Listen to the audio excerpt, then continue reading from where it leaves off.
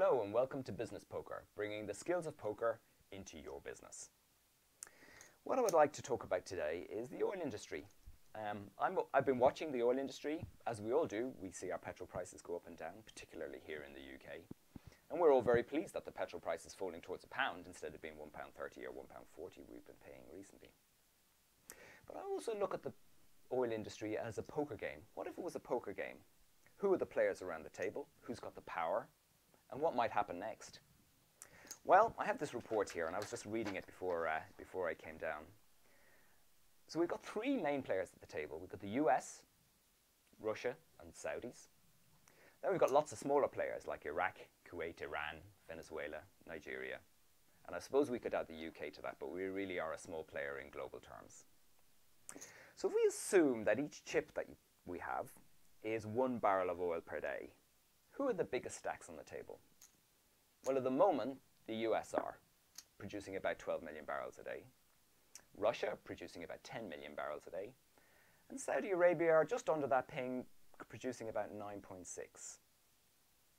The other players are really, really small in comparison. Iraq is the next biggest with 3.38. Iran just 2.78. Venezuela, Nigeria, in and around the 2 million barrels a day. So they've got 2 million chips in front of them.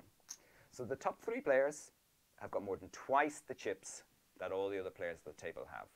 And you see this quite often in poker games, and it usually leads to a very particular type of behavior, because the big stacks have all the pricing power, they have got the control of the game, and they're the ones who are likely to win, unless one of the other players gets very, very lucky. But there's a few other dynamics involved here as well. And it comes to their attitude to risk and their dependency on the money that they generate from the poker game. So for example, the Russians, producing 10 million barrels a day or got 10 million chips, actually could continue to run their fiscal budget at the level it's at for 5 more years based on their foreign reserves, with the price of a barrel of oil at $50. So they have a very, very deep pockets, and they're not going to feel stressed if there's a short-term impact on their income. The Saudis are in an even better position. Although they've only got 4 years of fiscal foreign reserves to maintain their current fiscal budget, they can also produce another 2 million barrels a day. So they have lots of flexibility, lots of options.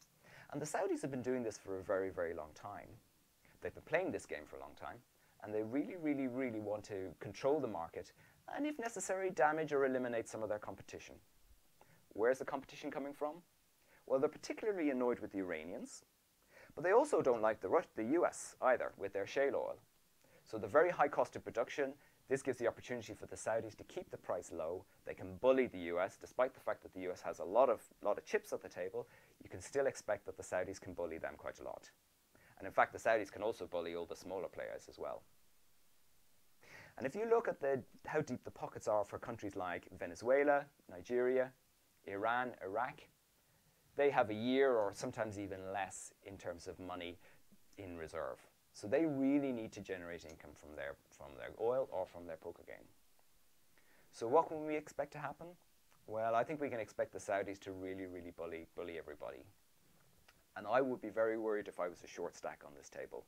I'd be worried that I might start losing money. I'd be worried that my dependents, I might not be able to feed them. And I'd be worried that I might get knocked out of the game altogether. Well, that's it for today at Business Poker. I hope you found it useful. And if you wanted me to help you develop your business, then please don't hesitate to get in contact with me today. I look forward to seeing you at the poker tables.